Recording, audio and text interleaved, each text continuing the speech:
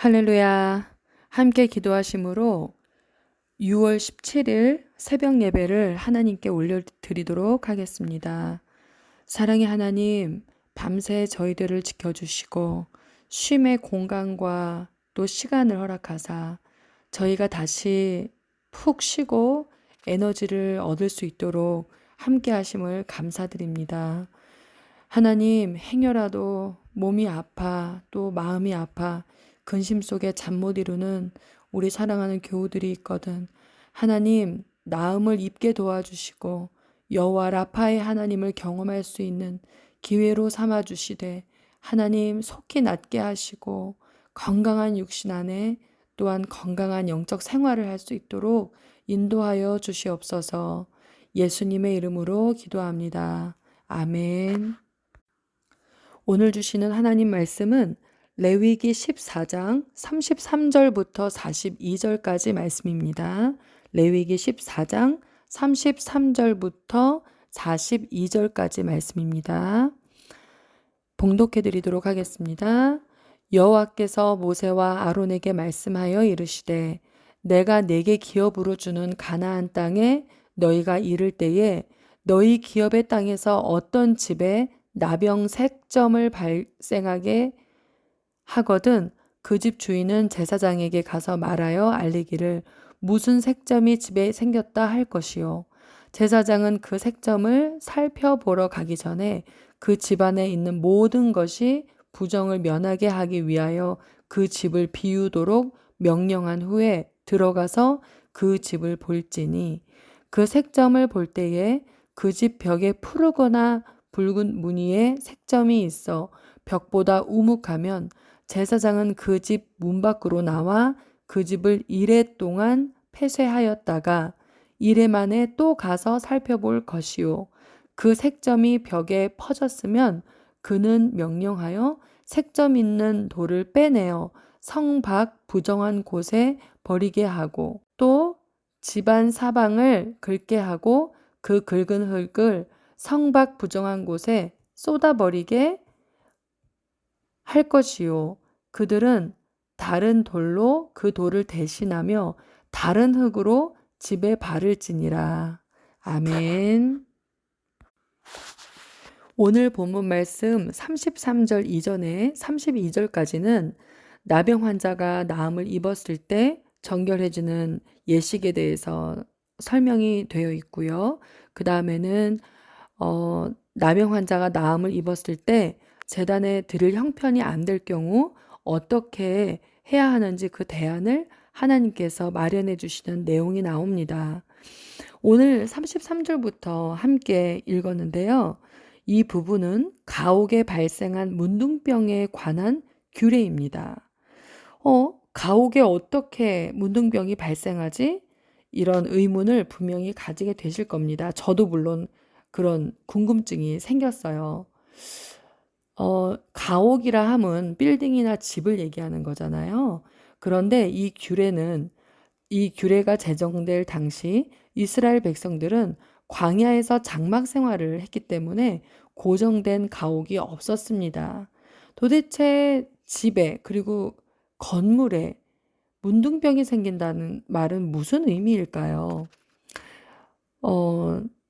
이 규례는 이스라엘 백성들이 가나안을 정복하고 그곳에 정착했을 때 가옥에 문둥병이 생길 것을 대비하여 주어진 하나님의 말씀입니다.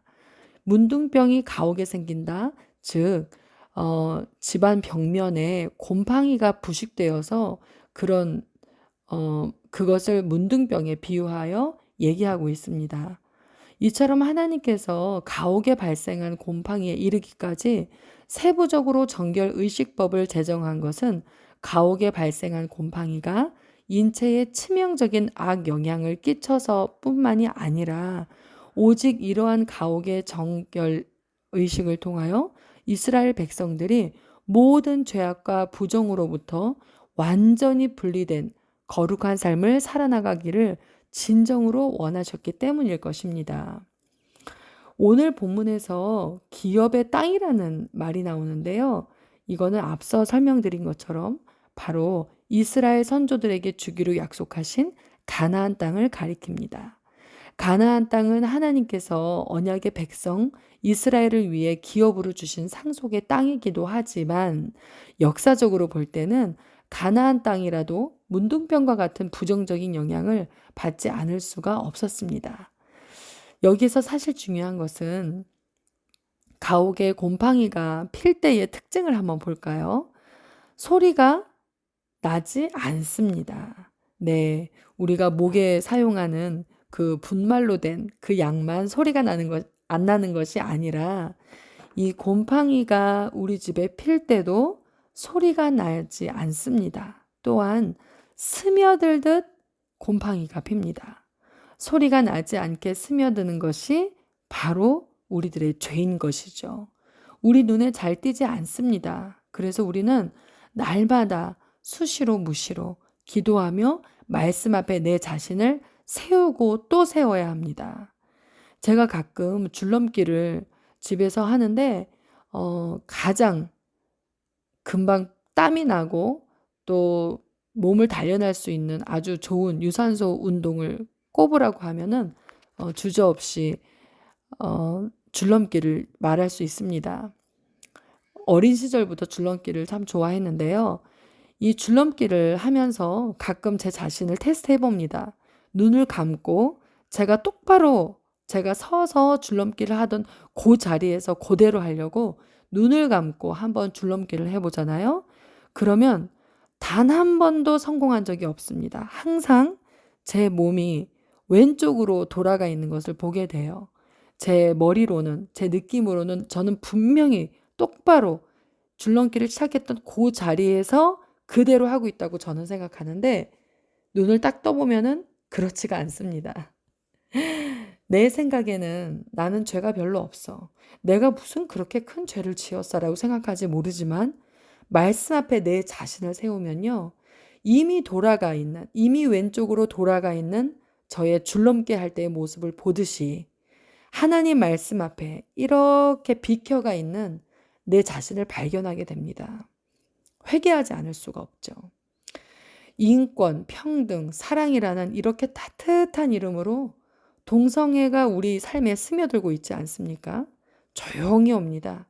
따뜻하게 옵니다. 아닌 것처럼 하고 옵니다. 즉, 스며들듯이 옵니다. 따뜻한 온유, 인권, 평등, 사랑, 이 얼마나 좋은 단어들입니까? 그죠? 오늘 본문 말씀을 읽을 때 대체 문둥병과 집에 색점이 발생하는 것이 무슨 관계가 있나? 이렇게 생각을 해보게 되실 것입니다. 제가 오늘 본문을 묵상하면서 바로 느껴지는 한 가지는요. 하나님이 죄를 이렇게도 싫어하시는구나. 집안을 정결하게 하기 위해서 대충이 아니라 모든 사람들을 내보내라고 명령하기도 하시고 모든 가구를 다 끄집어내라고 명령하기도 하십니다. 그 색점을 볼 때에 그 집에 푸르거나 붉은 무늬의 색점이 있으면은 어떻게 하라고 합니까? 네, 그 벽에 돌을 빼내어서 성 밖에 그냥 버리면 안 됩니다. 성 밖에 부정한 곳에 버리고 또 그 집안 사방을 다 긁게 하고 긁은 흙을 또 그냥 버립니까? 아니죠. 성 밖에 부정한 곳에 쏟아버리게 할 것이요. 네, 42절 보면 또 그 돌을 대신하여 다른 돌로 대신하고 또 긁어낸 그 흙을 다른 흙으로 대신하여 바르라고 이렇게 명하고 계십니다. 이 부분을 읽으면서 뭐 이렇게까지 하나? 벌써 저의 기준이 하나님의 성결과 정결한 기준과 거리가 멀다는 의미입니다. 하나님이 보실 때는 이렇게 해야 정결해지는 겁니다. 근데 내 눈으로, 인간적인 눈으로 볼 때는 뭐 이렇게까지 해? 이렇게 느껴지는 것이죠. 하나님의 정결의 기준과 나의 정결의 기준에는 이렇게 큰 차이가 있다는 겁니다. 참 말씀을 읽으면서도 제 마음을 돌아보면서 너무나 저는 큰 은혜가 되었습니다. 37절에 보면은 푸르거나 붉은 무늬는 푸른 곰팡이. 네, 다시 갑니다. 37절에 푸르거나 붉은 무늬는 푸른 곰팡이. 네, greenish를 의미하고 붉은 곰팡이는 reddish, 네, 붉은 곰팡이를 의미하는 것이죠. 가옥에 생기는 문둥병, 그 곰팡이가 문둥병에 비유되는 이유는 바로 다음과 같습니다. 곰팡이가 벽에 생기면 흙이나 벽돌을 부식시켜서 벽 표면을 약간 패이도록 만듭니다. 이처럼 율법에서 곰팡이 부분이 문둥병과 동일시되었던 것은 바로 그것의 색점 부위가 약간 우묵해지는 것과 점점 퍼져나가는 속성이 비슷하기 때문입니다. 오늘은 특별히 집, 가옥에 관한 정결법에 대한 말씀을 살펴보았습니다. 하나님은 당연히 우리 영혼에 큰 관심을 갖고 계시지만 가옥에 대해서, 즉 내가 거주하고 거하고 있는 내 집에 대해서도 중요하게 여기시는 분이라는 것을 오늘 말씀을 통해 알 수 있습니다. 여러분에게 집은 어떤 곳이지요? 우리들에게 집은 어떤 곳입니까? 네, 너무나 마음을 푹 놓게 해주고 쉼을 얻게 해주고 재충전을 해주고 편하게 해주는 곳이죠. 하지만 또한 가장 집을 표현할 수 있는 표현은 바로 나다워지는 공간이라는 것입니다. 나다워지는 공간. 가장 나다운 모습을 보여주는 곳이 공간이라는 것이죠. 여러분의 집은 주로 어떤 공기로 덮여 있습니까? 냉랭함, 따뜻함, 비난, 배려, 거룩함, 기도? 과연 어떤 표현이 여러분의 집의 공기를 표현할 수 있는 가장 대표적인 단어입니까? 제가 멀리서 이렇게 가끔 저희 친정 부모님을 생각하면서 중보기도를 합니다. 하나님, 그 집에, 그 가정의 모든 공기는 오직 하나님으로부터만 온 공기로 채워지게 해 주시옵소서, 이렇게 기도하거든요. 네, 하나님은 집에도 관심을 갖고 계신다는 사실을 우리 기억해야 될 것입니다. 오늘 본문은 이스라엘 백성이 가나안 땅에 들어갔을 때 그 집에 부정한 색점, 즉 나병이 생기는 경우를 말합니다. 흥미로운 거는 하나님께서 내가 너희가 사는 집에 나병이 발생할 때라고 하셨다는 점입니다. 이것은 어떤 불행한 사고를 얘기하는 것이 아니라 하나님의 주권 아래 우리 집도 있다는 것을, 그리고 하나님의 관심이 내가 살고 있는 내 공간에도 있다는 것을 표현하는 것이죠. 우리가 거하고 있는 가정, 일터, 교회, 이 영적인 집에 하나님이 어떤 뜻을 품고 계신지 민감하게 살펴야 합니다. 제가 아주 좋아하고 은혜를 많이 받는 천정은 자매님이라는 분이 계세요. 유튜버이신데요. 암 말기 환자 전도자 유튜버이십니다. 한번 여러분 유튜브에 천정은 자매라고 한번 쳐보세요. 2012년부터 항암을 시작한 환자인데요. 교회를 너무도 싫어했고 크리스찬들을 너무나 경멸했던 그런 분이십니다. 전도 받는 것도 너무나 싫어했고요. 크리스찬들을 보면서 이렇게 생각했다고 합니다. 교회는 쓰레기만 모여 있나 보다, 이런 생각을 했다고 그 유튜브 간증에 나옵니다. 이분이 하나님을 극적으로 만나고 이제 전도하는 암 환자가 되어서 4번의 시한부 선고와 150차례의 항암을 받은 분이신데요.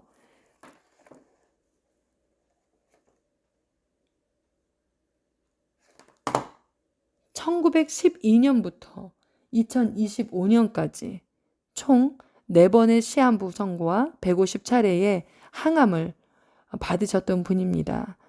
52세의 나이로 지난 6월 13일 하나님 품에 안겼습니다. 오늘도 이분의 유튜브를 또 찾아보게 되었는데요. 이분의 유튜브에 이런 글귀가 보이더군요. 메신저는 사라져도 메시지는 영원하다.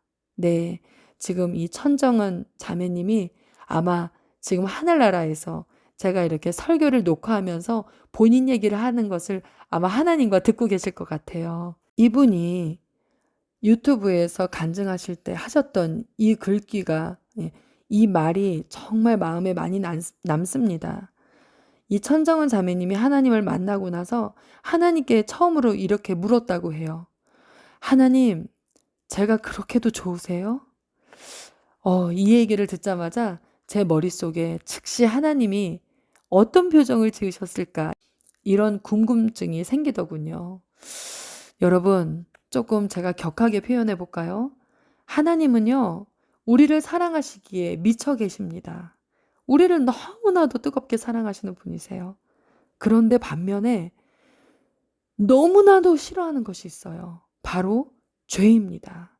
죄를 극도로 싫어하셔서 이렇게 우리가 계속 읽고 있는 레위기에 어떻게 하면 죄로부터 멀어질 수 있는지, 어떻게 하면 정결해질 수 있는지 끊임없이 말씀하고 계시잖아요. 자, 여러분, 그러면 우리가 죄를 지어야 될까요? 말아야 될까요?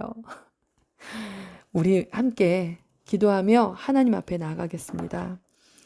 사랑의 하나님, 오늘도 저희에게 하루를 살게 하신 이유를 깨닫게 하시고 세상에 저희들을 보내신 것을 깨닫게 하시며 우리가 무엇 때문에 살고 있고 어디로 가고 있는지를 분명히 알고 살아가는 하루가 되게 축복하여 주시옵소서.